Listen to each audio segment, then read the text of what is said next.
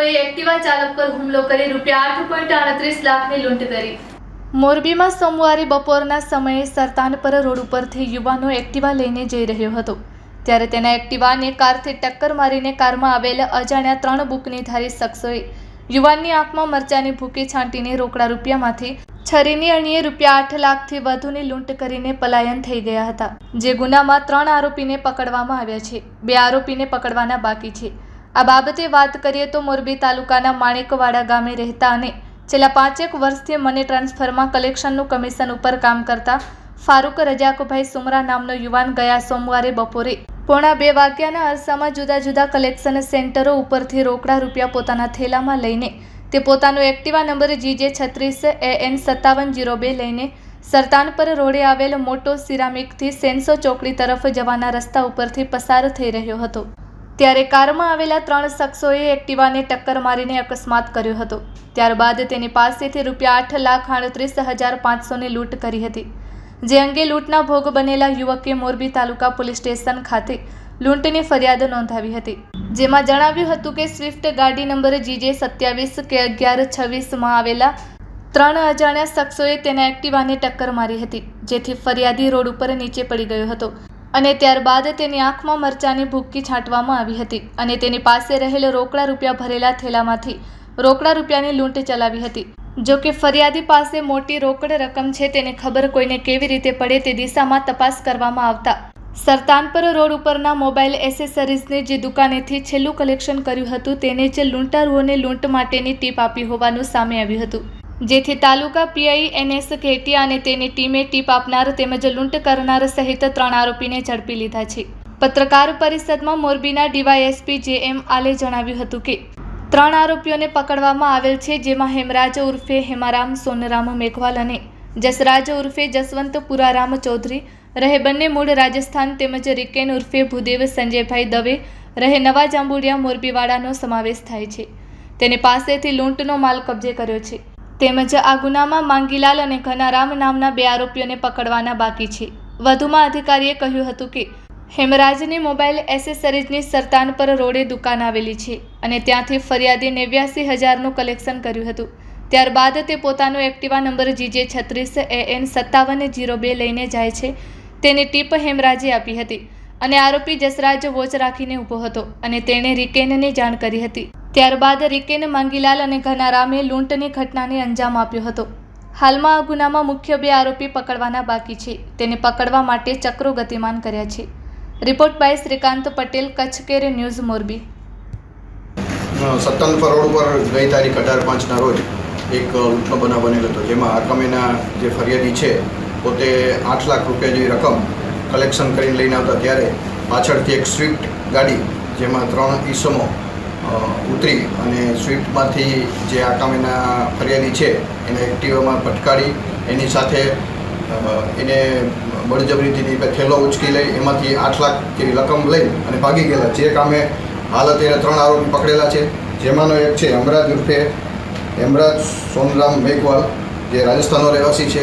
અન્ય એક આરોપી છે જસરાજ ઉર્ફે જસવંત ચૌધરી જાટ જે પણ રાજસ્થાનના રહેવાસી છે અને ત્રીજો આરોપી છે રિકેન ઉર્ફે ભૂદેવ સંજયભાઈ દવે જે પણ લોકલ અહીંયા મોરબીનો રહેવાસી છે। આ 3 આરોપી પાસે અત્યારે રોકડ રકમ 1,55,000 રૂપિયા રિકવર કરેલ છે તથા 3 મોબાઈલ કિંમત ₹60,000નો મુદ્દામાલ રિકવર કરેલ છે તથા આ કામે અન્ય જે આરોપી છે 2 આરોપી જેના નામ તપાસમાં ખુલ્યા છે એને પકડવાના બાકી છે અને મુદ્દામાલ પણ રિકવર કરવાનો બાકી છે, જેની તપાસ તાલુકા પીઆઈ ચલાવી રહ્યા છે। 3 છે એમનો એક ગાડી ચલાવતો પાછળ હતા, એક જણાએ રેકી કરેલી છે, એવી રીતના જુદા જુદા રોલ છે।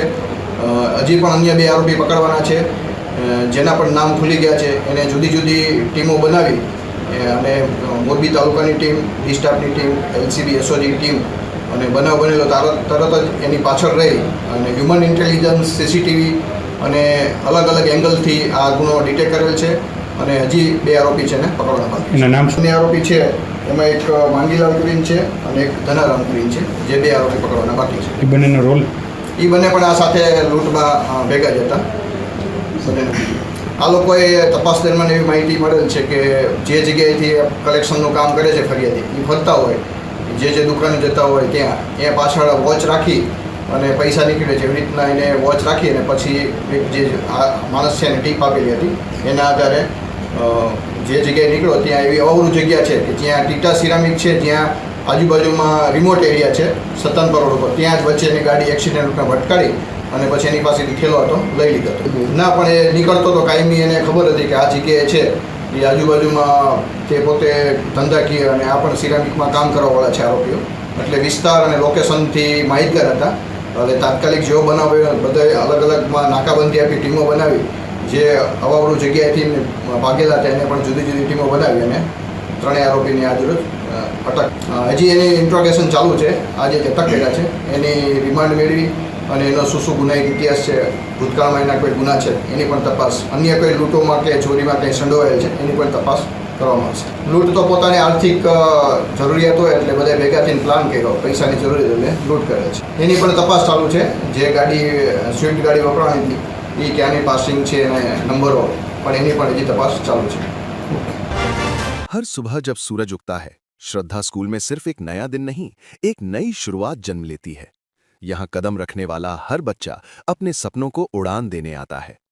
हम मानते हैं बच्चा सिर्फ पढ़ाई से नहीं बल्कि विश्वास, संस्कार और अवसर से आगे बढ़ता है. श्रद्धा स्कूल की आधुनिक स्मार्ट क्लासरूम्स हर विषय को सिर्फ पढ़ाया नहीं जाता बल्कि समझाया, महसूस कराया जाता है ताकि बच्चे सीखे नहीं, सीखना सीखे. यहाँ के अनुभवी शिक्षक हर बच्चे के अंदर छुपे टैलेंट को पहचानते हैं. उन्हें सिर्फ नंबरों का नहीं बल्कि भविष्य का निर्माण सिखाते हैं. ज्ञान का खजाना हमारी समृद्ध लाइब्रेरी और भविष्य की टेक्नोलॉजी से लैस कंप्यूटर लैब, जहां बच्चे कल्पना को हकीकत बनाना सीखते हैं. क्योंकि शिक्षा सिर्फ किताबों में नहीं होती, मैदान की मिट्टी में भी होती है. श्रद्धा स्कूल का विशाल स्पोर्ट्स ग्राउंड बच्चों को टीम वर्क, डिसिप्लिन और जीत का असली अर्थ सिखाता है. कला, संगीत, नृत्य, हमारे यहाँ सिर्फ एक्स्ट्रा एक्टिविटीज नहीं बल्कि एक्सप्रेस करने की आजादी है. हमारे साइंस लैब में क्यूरियोसिटी को उड़ान मिलती है, जहां क्यों पूछने पर रोक नहीं बल्कि कैसे सिखाया जाता है.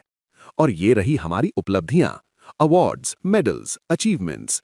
हर ट्रॉफी बताती है कि श्रद्धा स्कूल सिर्फ पढ़ाता नहीं, तैयार करता है विजेताओं को.